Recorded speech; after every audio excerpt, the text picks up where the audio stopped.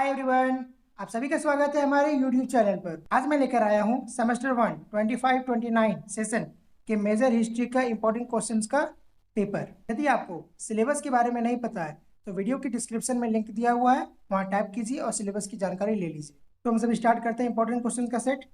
यदि पहला क्वेश्चन हमारा क्या है, पहला यूनिट से है प्राचीन भारत का प्रारंभिक इतिहास। तो उसका पहला क्वेश्चन है इतिहास का जनक किसे कहा जाता है। उसका आंसर होगा हेरोडोटस। दूसरा क्वेश्चन भारत के प्राचीन इतिहास के अध्ययन का मुख्य साहित्यिक स्रोत क्या है। तो उसका होगा वेद। पूरा पाषाण काल के औजार किससे बनते थे, किससे बनते थे, पत्थर से। क्वेश्चन नंबर 4 क्या है हमारा, नव पाषाण काल की मुख्य विशेषता क्या थी। तो कृषि का आरंभ। क्वेश्चन नंबर 5 क्या कहता है, ताम्र पाषाण काल में किस धातु का प्रयोग प्रारंभ हुआ। तो किस धातु का प्रयोग हुआ, तांबा। क्वेश्चन नंबर 6 क्या कहता है, हड़प्पा सभ्यता की खोज किसने की। तो वो की दयाराम साहनी ने। और फिर अगला क्वेश्चन क्या है, हड़प्पा सभ्यता का प्रमुख नगर कौन सा है, मोहनजोदारो। वैदिक काल का प्रमुख ग्रंथ कौन सा है, ऋग्वेद। वैदिक समाज में वर्ण व्यवस्था के कितने वर्ण थे, तो 4 थे। क्वेश्चन नंबर 10 क्या है, आर्यों का प्रमुख व्यवसाय क्या था। तो वो था पशुपालन। तो पशुपालन याद रखिएगा। अब यूनिट 2 में हमारा कौन कौन सा क्वेश्चन है वो देखते हैं। यूनिट 2 का टॉपिक का नाम क्या है, धार्मिक एवं राजनीतिक परिवर्तन। पहला क्वेश्चन, जैन धर्म के संस्थापक कौन थे। तो ऋषभदेव, जो प्रथम तीर्थकार भी थे। फिर क्वेश्चन नंबर 2 क्या कहते हैं, जैन धर्म के 24वें तीर्थकार कौन थे। तो हो गए महावीर स्वामी, याद रखिएगा। क्वेश्चन नंबर 3 क्या है, बौद्ध धर्म के संस्थापक कौन थे। तो वो थे गौतम बुद्ध। अगला क्वेश्चन, क्वेश्चन नंबर 4 हमें क्या कहता है, बुद्ध को ज्ञान की प्राप्ति कहाँ हुई। तो ज्ञान की प्राप्ति कहाँ हुई थी, बोध गया में। क्वेश्चन नंबर 5 क्या है, प्रथम बौद्ध संगीति कहाँ हुई थी। तो राजगृह में, याद रखिएगा, भूलिएगा नहीं। महाजनपदों की संख्या कितनी थी, तो 16। मगध की प्रथम राजधानी क्या थी, राजगृह। हर्यक वंश का संस्थापक कौन था, तो बिंबिसार। अगला क्वेश्चन, सिकंदर ने भारत पर आक्रमण कब किया। तो 326 ईस्वी पूर्व में किया था। और नंद वंश का संस्थापक कौन था, तो महापद्म नंद। ये भी याद रखिएगा, ये सारे क्वेश्चन इंपॉर्टेंट होने वाले हैं आपके एग्जाम के लिए। यूनिट 3 हमारा क्या दिया गया, यूनिट 3 में हमारा है मौर्य साम्राज्य। तो अब मौर्य साम्राज्य का पहला क्वेश्चन, मौर्य वंश का संस्थापक कौन था। तो चंद्रगुप्त मौर्य। चंद्रगुप्त मौर्य का गुरु कौन था, तो चाणक्य, जिसे हम कौटिल्य भी कहते हैं। कौटिल्य द्वारा रचित ग्रंथ का नाम क्या है, तो अर्थशास्त्र। अगला क्वेश्चन क्या है, अशोक का राज्य अभिषेक कब हुआ। तो 269 ईस्वी पूर्व, लगभग एग्जैक्ट डेट नहीं पता, ये ईयर में नहीं पता, लेकिन 269 ईस्वी पूर्व लगभग हुआ उसी वक्त में। तो कलिंग युद्ध कब हुआ, तो 261 ईस्वी पूर्व में हुआ है। अशोक ने किस धर्म को अपनाया, तो बौद्ध धर्म को अपनाया। अशोक के शिलालेख किस लिपि में है, तो ब्राह्मी लिपि में है। अगला क्वेश्चन क्या है, मौर्य प्रशासन का सर्वोच्च अधिकारी कौन था, तो वो था सम्राट। अगला क्वेश्चन, बिंदुसार के बाद मौर्य शासक कौन बना, तो वो बना अशोक। मौर्य साम्राज्य का अंतिम शासक कौन था, तो बृहद्रथ, याद रखिएगा। अब बात करते हैं यूनिट 4। यूनिट 4 का टॉपिक का नाम क्या है, संस्कृति समाज अर्थव्यवस्था एवं तकनीक मौर्य काल। पहला क्वेश्चन क्या है, मौर्य काल की प्रसिद्ध स्थापत्य कृति कौन सी है, तो वो है सांची स्तूपा। अशोक स्तंभ का शिरोभाग किस पशु का है, वो होगा सिंह। मौर्य काल में प्रचलित प्रमुख कला कौन सी थी, तो स्तंभ एवं स्तूप कला। मौर्य कला में शासन की आधारभूत व्यवस्था क्या थी, तो वर्ण व्यवस्था। अगला क्वेश्चन क्या है, मौर्य काल में कृषि की देखरेख कौन करता था, तो सीता अध्यक्ष। मौर्य काल में व्यापार का प्रमुख साधन क्या था, स्थल एवं जल मार्ग। दास प्रथा का उल्लेख किस ग्रंथ में मिलता है, अर्थशास्त्र। मौर्य काल में प्रचलित मुद्रा क्या कहलाती थी, पंचमार्क मुद्रा। अगला क्वेश्चन क्या है, मौर्य काल में लोहे के उपयोग से किस क्षेत्र में विकास हुआ, तो किस क्षेत्र में विकास हुआ हमारा, कृषि। मौर्य काल में राजस्व का मुख्य स्रोत क्या था, तो भूमि कर। हाँ, तो यह थे आपके 1 मार्क्स वाले क्वेश्चंस, वो भी सबसे इंपॉर्टेंट, याद रखिएगा और एग्जाम में जरूर पढ़ के जाइएगा।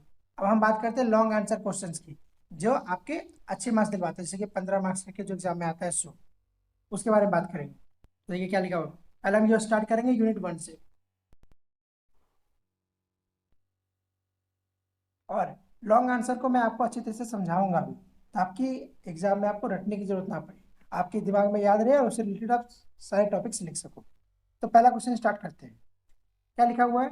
हड़प्पा सभ्यता की उत्पत्ति, विस्तार, नगर योजना, आर्थिक जीवन तथा पतन के कारणों का विस्तृत वर्णन कीजिए। मतलब आपको क्या पूछा गया कि हड़प्पा सभ्यता की उत्पत्ति, विस्तार, नगर योजना, आर्थिक जीवन और पतन के कारणों को विस्तृत वर्णन करना है। तो देखिए पहला क्या लिखा हुआ है।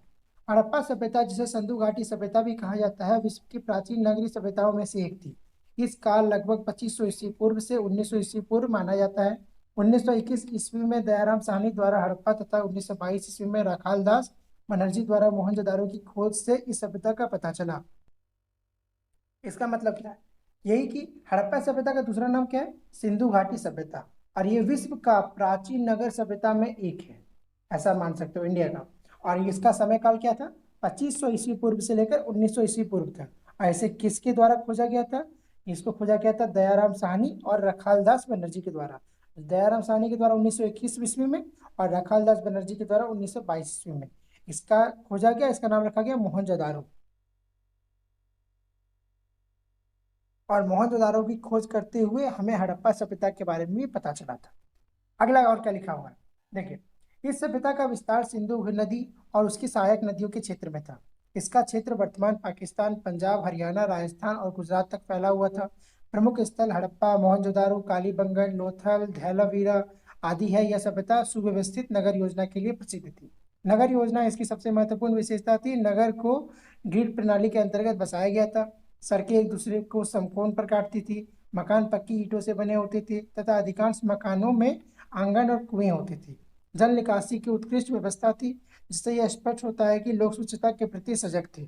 मोहनजोदारो का महान स्नानागार धार्मिक या सामाजिक दृष्टिकोण से महत्वपूर्ण माना जाता था। इसका मतलब क्या है कि हड़प्पा सभ्यता किस नदी के किनारे थी? सिंधु नदी और उसकी सहायक नदियों के पास। और वर्तमान में अगर इसका बात करें तो इसका क्षेत्र कहाँ कहाँ पर है? पाकिस्तान, पंजाब, हरियाणा, राजस्थान और गुजरात तक फैला हुआ है। आज का प्रमुख स्थल का नाम क्या है? हड़प्पा, मोहनजोदारो, कालीबंगन, लोथल या धैलावीरा। आज इसका जो नगर योजना था उसके लिए ये बहुत प्रसिद्ध था। और कैसे बात करेंगे हम इसके बारे में? इसका ग्रिड प्रणाली, इसका सड़क देखिए जो समकोण काटती थी, मतलब 90 डिग्री पर कट करती है। इसका जो मकान था वो पक्की ईंट का बना हुआ है। ज्यादातर मकान में तो आंगन था, कुआं था, सब कुछ। साथ में जल निकासी का व्यवस्था भी बहुत बढ़िया था।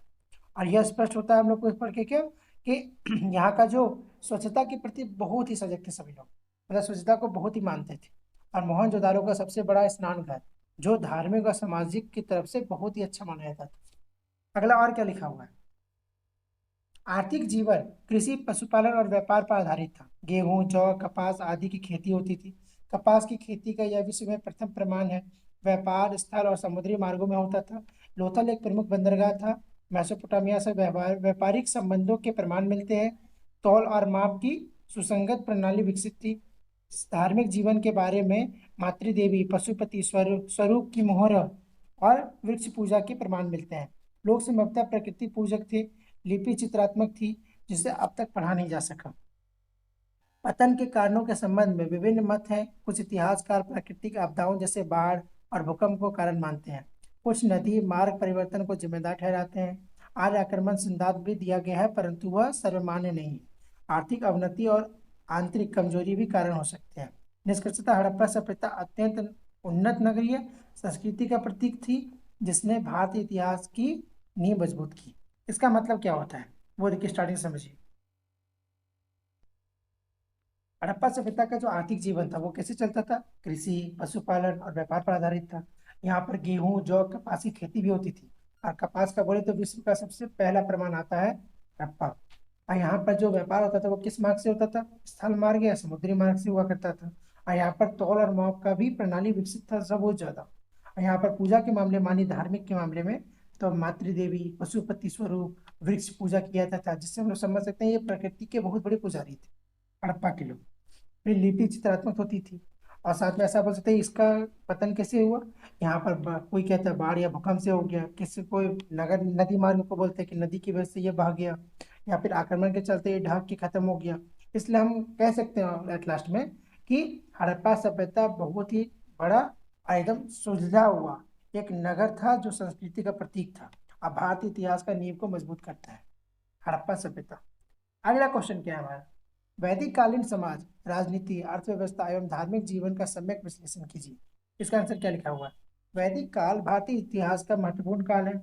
इसका काल लगभग 1500 ईस्वी पूर्व से 600 ईस्वी पूर्व तक माना जाता है। इसे ऋग्वेद और उत्तर वैदिक काल में विभाजित किया गया। ऋग्वेद काल में समाज अपेक्षाकृत सरल और जनजातीय था। परिवार पितृसत्तात्मक था। वर्ण व्यवस्था प्रारंभ में कर्म पर आधारित थी, परंतु उत्तर वैदिक काल में यह जन्म पर आधारित हो गई।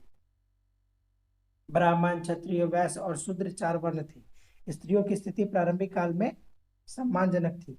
वे शिक्षा ग्रहण कर सकती थी और सभा समिति में भाग लेती थी। राजनीतिक व्यवस्था जनतांत्रिक तत्वों से युक्ति थी। राजा जन का प्रमुख होता था। सभा और समिति जैसी संस्थाएं शासन में सहयोग करती थी। उत्तर वैदिक काल में राजसत्ता मजबूत हुई और स्वतंत्र सुदृढ़ हुआ। इसका मतलब क्या है, अब इसे समझते हैं। वैदिक काल भारतीय इतिहास का महत्वपूर्ण काल माना जाता है। इसका वैदिक काल कब से कब तक था? वह था 1500 ईस्वी पूर्व से लेकर 600 ईस्वी पूर्व तक। और इसे ऋग्वैदिक और उत्तर वैदिक काल में विभाजित किया गया। ऋग्वैदिक काल क्या होता है? जब समाज जो था सरल और जनजातीय हिसाब से था। जो परिवार था वो पितृसत्तात्मक था, पिता के हिसाब से चलता था। और वर्ण व्यवस्था जो होती थी वो कर्म पर आधारित थी, मतलब काम पर। अब परंतु उत्तर वैदिक में 4 तरह के वर्ण हुआ करते थे: ब्राह्मण, क्षत्रिय, वैश्य और शूद्र। इन चारों का अपना अपना काम होता था। उस समय में स्त्री को प्रारंभिक काल में सम्मान मिलता था। शिक्षा ग्रहण कर सकती थी, सभा समिति में भाग ले सकती थी, और साथ ही राजनीतिक व्यवस्था में जनतांत्रिक तत्वों का युक्त होता था। राजा क्या होता था? वहाँ का जन का प्रमुख होता था। साथ ही वहाँ की संस्थाएं शासन करती थी। और उत्तर वैदिक काल में राजसत्ता मजबूत हुआ और राजतंत्र सुदृढ़ तरह से फैलने लगा। अगला क्या है? अर्थव्यवस्था का मुख्य आधार पशुपालन था। गौ संपत्ति का प्रमुख स्रोत थी। धीरे धीरे कृषि का महत्व बढ़ा। हल और लोहे के उपकरणों के उपयोग से उत्पादन बढ़ा। व्यापार का प्रारंभ हुआ और वस्तु विनिमय प्रचलित था। धार्मिक जीवन में प्रकृति का पूजा का महत्व था। इंद्र, अग्नि, वरुण, सोम आदि देवताओं की पूजा की जाती थी। यज्ञ प्रमुख धार्मिक कर्म था। उत्तर वैदिक काल में कर्म कांडों की प्रधानता बढ़ी और ब्राह्मणों का प्रभाव बढ़ गया। उपनिषद में दार्शनिक चिंतन का विकास हुआ। निष्कर्षतः वैदिक काल ने भारतीय सामाजिक, धार्मिक और राजनीतिक संरचना को स्थायी आधार प्रदान किया। इसका मतलब क्या है कि वहाँ का अर्थव्यवस्था का मुख्य आधार क्या था? पशुपालन, जैसे कि गौ संपत्ति बोल सकते हो। साथ ही वहाँ पर कृषि का विकास भी धीरे धीरे होने लगा। जब वहाँ पर हल और लोहे जैसे उपकरण आ गए, उसके बाद व्यापार में थोड़ा बढ़ोतरी हुआ। साथ में वहाँ का व्यापार जो हुआ था वो कैसे होता था? वस्तु विनिमय के द्वारा। मतलब एक सामान मैं देता हूँ और उसके बदले में आप दूसरा मुझे सामान दो। और यहाँ पर जब से हल और लोहे का उपकरण यूज होने लगा तो वहाँ का खेती भी बहुत बढ़ गया। साथ ही ऐसा बोल सकते धार्मिक जीवन में भी प्रकृति की पूजा की जाती थी, जैसे इंद्र, अग्नि, वरुण, सोम जैसे देवताओं की पूजा की जाती थी। यज्ञ यहाँ पर एक धार्मिक कर्म के रूप में माना जाता था। और वैदिक काल में कर्मकांड, ब्राह्मणों का प्रभाव धीरे धीरे करके बढ़ गया और उपनिषद में दार्शनिक चिंतन का विकास हुआ। निष्कर्षतः हम लोग क्या बोल सकते हैं कि वैदिक काल ने भारतीय सामाजिक, धार्मिक और राजनीतिक संरचना को आधार प्रदान किया है। अगला क्वेश्चन क्या है? अब आते हैं यूनिट 2 में, धार्मिक आंदोलन, महाजनपद एवं मगध का उत्कर्ष। पहला क्वेश्चन क्या है? जैन एवं बौद्ध धर्म के उदय के कारणों का विश्लेषण करते हुए उनके सिद्धांतों तथा भारतीय समाज पर उनके प्रभाव का विस्तृत वर्णन कीजिए। मतलब क्या है कि जैन और बौद्ध धर्म के उदय के कारण का विश्लेषण और साथ में उनके सिद्धांत और भारतीय समाज पर उनके प्रभाव का जो पड़ा उसका विस्तृत वर्णन करना है। इसका आंसर में मैंने क्या लिखा है वो देखिए। आप चाहो तो एज इट इज उतार सकते हैं अपने एग्जाम के आंसर में। पहला पैराग्राफ क्या? 6ठी शताब्दी ईसा पूर्व का काल भारतीय इतिहास में धार्मिक एवं सामाजिक परिवर्तन का युग माना जाता है। इस समय जैन और बौद्ध धर्म का उदय हुआ। यह काल महाजनपदों के विकास, नगरीकरण और सामाजिक जटिलताओं का काल था।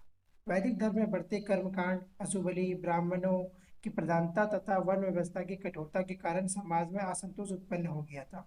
इसी पृष्ठभूमि में जैन और बौद्ध धर्म का उदय हुआ। इसका मतलब क्या है कि 6ठी शताब्दी जो ईसा पूर्व था उसमें भारतीय इतिहास में धार्मिक और सामाजिक का परिवर्तन का युग माना जाता है। तो उस समय से धर्म और समाज के बारे में परिवर्तन का युग आने लगा। फिर क्या है? उस समय जैन और बौद्ध धर्म का उदय हुआ। यहाँ पर महाजनपद के जो लोग थे, महाजनपद का विकास, नगरीकरण और उनकी जटिलताओं का काल था।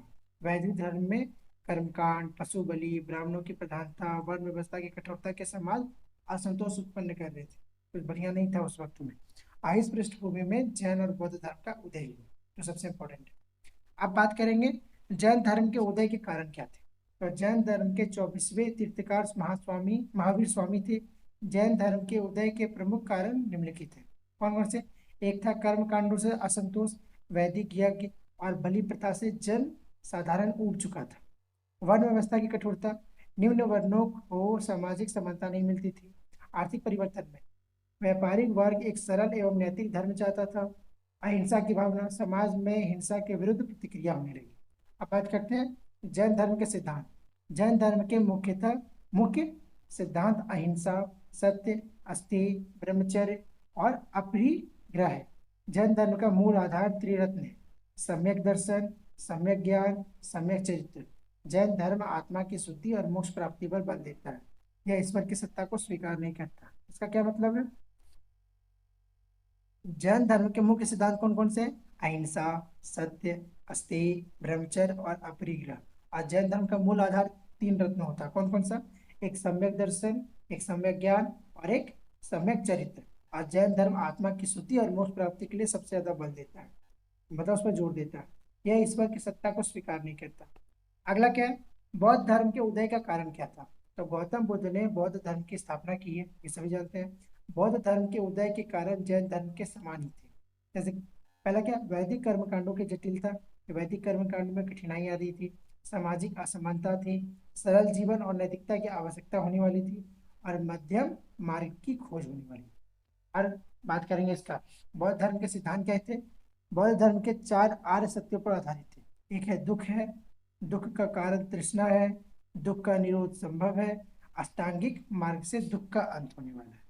और क्या लिखा कि अष्टांगिक मार्ग में सम्यक दृष्टि, सम्यक संकल्प, सम्यक वाणी, सम्यक कर्म, सम्यक आजीविका, सम्यक प्रयास, सम्यक स्मृति और सम्यक समाधि शामिल है। बुद्ध ने मध्यम मार्ग का उपदेश दिया था, याद रखिएगा। भारतीय समाज पर प्रभाव क्या पड़ा इसका, वो देखते हैं। दोनों धर्मों ने सामाजिक समानता और नैतिकता पर बल दिया। वर्ण व्यवस्था की कठोरता को चुनौती मिली, स्त्रियों को संघ में प्रवेश मिला, अहिंसा और करुणा की भावना का प्रसार हुआ, व्यापारिक वर्ग को संरक्षण मिला। मौर्य समाज सम्राट अशोक ने बौद्ध धर्म का प्रचार प्रसार बहुत ही जोर शोर से किया, जिससे यह एशिया के अन्य देशों तक फैल गया। इसका निष्कर्ष क्या निकलता है कि जैन और बौद्ध धर्म भारतीय समाज में सुधारवादी आंदोलन थे। इन्होंने धर्म को सरल, नैतिक और जन सुलभ बनाया और भारतीय संस्कृति को गहराई से प्रभावित किया, ताकि सभी लोग इस धर्म से जुड़ सके। क्वेश्चन नंबर 2 क्या कहता है, मतलब प्रश्न 2, मगध के उत्कर्ष के कारणों का समालोचनात्मक वर्णन कीजिए। हर्यक से नंद वंश तक के विकास को स्पष्ट कीजिए। देखिए इसका आंसर क्या दिया। 6ठी शताब्दी ईसा पूर्व में 16 महाजनपदों का उदय हुआ, जिसमें मगध सर्वाधिक शक्तिशाली बनकर उभरा। मतलब 16 महाजनपद थे 6ठी शताब्दी में, और उसमें से मगध सबसे ज्यादा शक्तिशाली बनकर उभर गया। मगध का उत्कर्ष भारतीय इतिहास की प्रमुख महत्वपूर्ण घटना है। हर्यक वंश से लेकर नंद वंश तक मगध ने राजनीतिक एकीकरण की दिशा में महत्वपूर्ण भूमिका निभाई। मगध के उत्कर्ष का कारण क्या था? भौगोलिक स्थिति, लौ अयस्क की उपलब्धता, प्राकृतिक सुरक्षा, राजनीतिक कुशलता और सैनिक शक्ति। जैसे कि और क्या था? हर्यक वंश। मगध के उत्कर्ष की शुरुआत हर्यक वंश से हुई। बिंबिसार इसका संस्थापक माना जाता है। उसने कौशल और लिच्छविक से वैवाहिक संबंध स्थापित किए। अजात शत्रु ने वैशाली को पराजित किया और पाटलिपुत्र को राजधानी बनाया हर्यक वंश ने। और शिशुनाग वंश ने क्या किया? अजात शत्रु के बाद शिशुनाग वंश का उदय हुआ। इस वंश ने अवंती को पराजित कर मगध की शक्ति बढ़ाई। और नंद वंश ने क्या किया? नंद वंश के संस्थापक महापद्म ने नंद थे।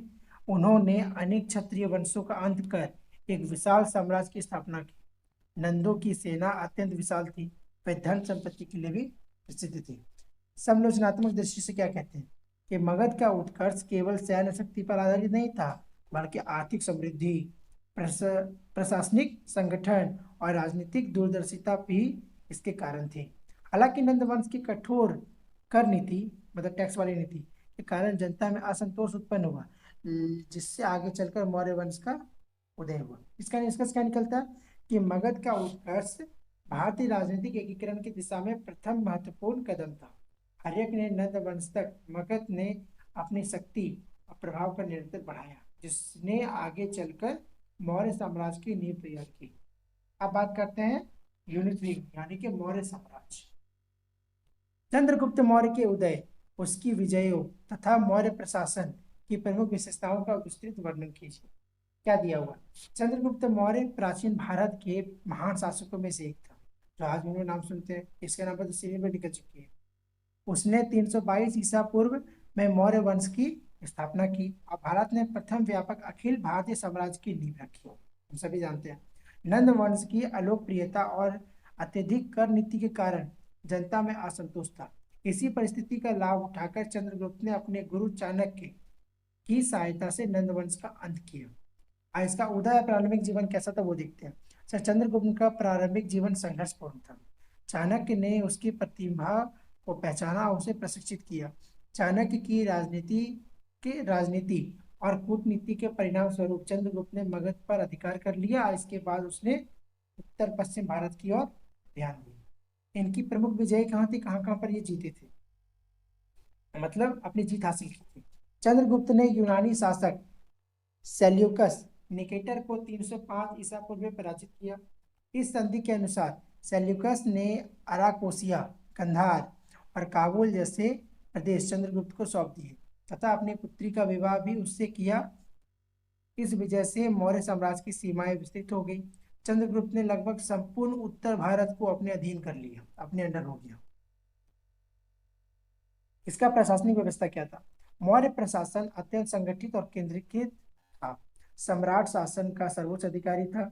उसके अधीन मंत्री परिषद कार्य करती थी। कौटिल्य के अर्थशास्त्र में प्रशासन की विस्तृत जानकारी मिलती है, जैसे कि केंद्रीय प्रशासन, प्रांतीय प्रशासन, नगर प्रशासन, राजस्व व्यवस्था, गुप्तचर व्यवस्था। इसका महत्व और मूल्यांकन क्या था वो देखते हैं। तो चंद्रगुप्त ने राजनीतिक एकीकरण की दिशा में महत्वपूर्ण कदम उठाया। उसकी प्रशासनिक व्यवस्था इतनी सुदृढ़ थी कि आगे चलकर अशोक जैसे महान शासक ने भी उसकी व्यवस्था को अपनाया। जीवन के अंत में उसने जैन धर्म स्वीकार किया और श्रवण बेलगोला में संलेखना द्वारा देह त्याग दिया। इसका निष्कर्ष क्या निकला कि चंद्रगुप्त मौर्य ने भारत में एक शक्तिशाली और संगठित साम्राज्य की स्थापना की। उसकी सैन्य क्षमता, कूटनीति और प्रशासनिक कौशल ने भारतीय इतिहास को नया दिशा प्रदान किया। आप लोग समझ गए। क्वेश्चन नंबर 2 क्या क्वेश्चन हमसे पूछता है कि अशोक की धम्म नीति, उसके सिद्धांत, प्रचार प्रसार के साधनों तथा उसके प्रभाव का समालोचनात्मक वर्णन कीजिए। अगर ऐसे क्वेश्चन आते हैं तो आपको एज इट इज आंसर लिख सकते हो, नहीं तो अपने से बना के लिख सकते हो ताकि एग्जाम में नंबर अच्छे आ सके। इसका आंसर क्या होगा? अशोक मौर्य वंश अशोक मौर्य वंश का महानतम शासक था। वह बिंदुसार का पुत्र और चंद्रगुप्त मौर्य का पौत्र था। मतलब पौत्र मतलब पोता। प्रारंभ में वह एक महत्वाकांक्षी और शक्तिशाली शासक था, किंतु 261 ईसा पूर्व में हुए कलिंग युद्ध ने उसके जीवन को बदल दिया। इस युद्ध में भारी जनहानि हुई, मतलब भारी उसका नुकसान हुआ, जिससे अशोक का हृदय परिवर्तन हुआ। उसने धम्म नीति अपनाई। धम्म नीति क्या होता है? अशोक का धम्म कोई संकीर्ण धार्मिक सिद्धांत नहीं था, बल्कि नैतिक और मानवीय मूल्यों पर आधारित आचार संहिता थी। उसके धर्म में कुछ सिद्धांत थे। कौन कौन सा? अहिंसा और दया, सहिष्णुता, सभी धर्मों का सम्मान, प्रजा कल्याण, माता पिता और गुरु का आदर, सत्य और नैतिक जीवन। अशोक ने पशु बलि पर रोक लगाई और प्रजा के नैतिक उत्थान पर बल दी। साथ ही प्रचार प्रसार के साधन, अशोक ने अपने धर्म के प्रचार के लिए विभिन्न साधनों का प्रयोग किया। कौन कौन सा? शिलालेख और स्तंभ लेख, धर्म महापामात्र, विदेशों में प्रचार, सार्वजनिक कार्य। इसका प्रभाव क्या पड़ता है? अशोक की धम्म नीति का भारतीय समाज पर गहरा प्रभाव पड़ा। हिंसा में कमी आई और नैतिक मूल्यों का प्रसार हुआ। बौद्ध धर्म को राजकीय संरक्षण मिला, जिससे उसका विस्तार एशिया के अन्य देशों तक हुआ। अशोक के शासन में प्रशासनिक स्थिरता और सामाजिक समरसता बनी रही। समलोचनात्मक दृष्टि से अगर देखा जाए तो कुछ इतिहासकारों का मत है कि अशोक की अहिंसक नीति के कारण सैन्य शक्ति कमजोर रही, जिससे मौर्य साम्राज्य का पतन हुआ। परंतु यह मत सर्वसामान्य नहीं था।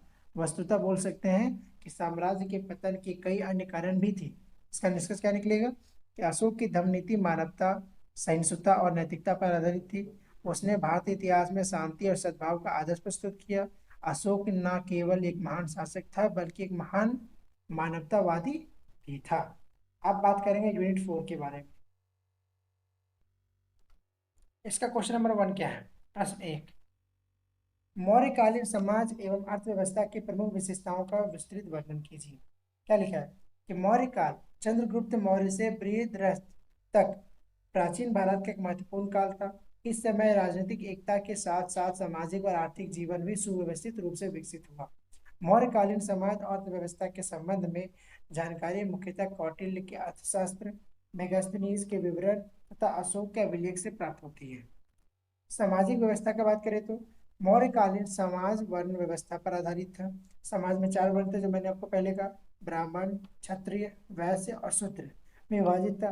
ब्राह्मणों को धार्मिक कार्य का अधिकार था, क्षत्रियों को शासन और युद्ध करने का अधिकार था, वैश्य को व्यापार और कृषि से जुड़े हुए थे और शूद्र सेवा का काम करते थे। यद्यपि वर्ण व्यवस्था विद्यमान थी, फिर भी समाज में कुछ लचीलापन दिखाई देता था। जैसे कि परिवार पितृसत्तात्मक था, स्त्री की स्थिति सामान्य थी, उन्हें संपत्ति पर सीमित अधिकार प्राप्त थे। कुछ स्त्रियां प्रशासन और गुप्तचर विभागों में कार्यरत थी। दास प्रथा भी प्रचलित थी, परंतु दासों के साथ मानवीय व्यवहार का उल्लेख होता है। इसका आर्थिक जीवन कैसा था? मौर्यकालीन अर्थव्यवस्था का मुख्य आधार कृषि था। भूमि कर राज्य की आय का प्रमुख स्रोत था। राज्य कृषि का प्रोत्साहन देता था और सिंचाई की व्यवस्था करता था। सीता अध्यक्ष नाम अधिकारी कृषि की देखरेख करता था। अब बात करें व्यापार उद्योग के, यहाँ पर व्यापार और उद्योग भी विकसित थे। आंतरिक और बाह्य व्यापार दोनों ही फल फूल रहे थे। उत्तर पश्चिम से मध्य एशिया तक व्यापारिक संबंध इनके बने हुए थे। समुद्री व्यापार भी विकसित थे। वस्त्र उद्योग, धातु उद्योग, मिट्टी के बर्तन प्रमुख उद्योग थे। पंच चिन्हित मुद्राएं प्रचलन में थी, जिससे व्यापार सुगम। राज्य आर्थिक गतिविधियों पर नियंत्रण रखता था। कर प्रणाली संगठित थी। समाहर्ता राजस्व संग्रह का प्रमुख अधिकार बना। वन, खनिज और अन्य संसाधनों पर राज्य का अधिकार हुआ करता था। इसका निष्कर्ष क्या है कि मौर्यकालीन समाज संगठित और अनुशासित था तथा अर्थव्यवस्था सुदृढ़ और समृद्ध थी। प्रशासनिक नियंत्रण और आर्थिक संगठन के कारण यह काल भारतीय इतिहास में प्रथम महत्वपूर्ण स्थान रखता है।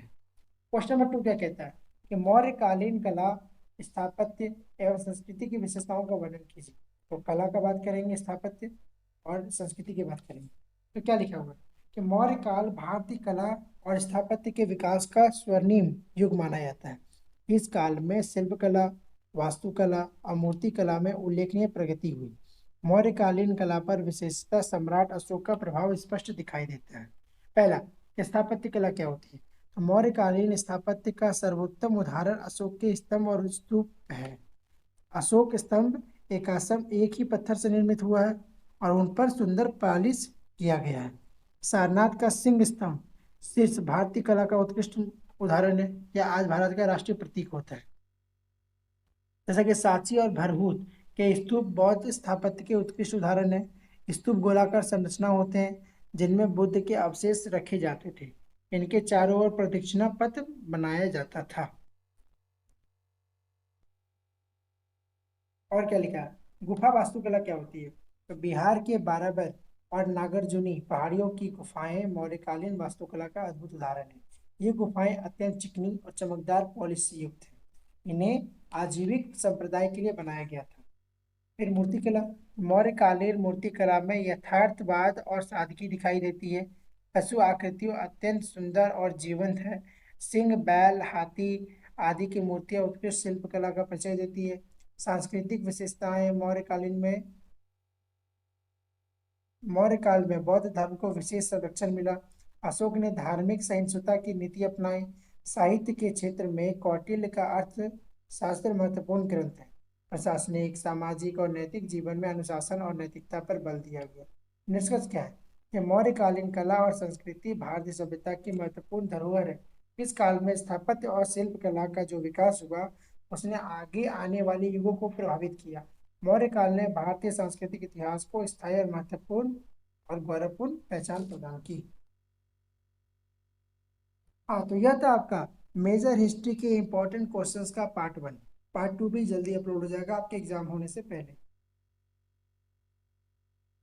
तब तक आप इस क्वेश्चन को पढ़कर प्रैक्टिस कीजिए और इसका पीडीएफ मैं टेलीग्राम पर अपलोड कर दूंगा। आप चाहो तो वहां से ऑफलाइन देख सकते हो।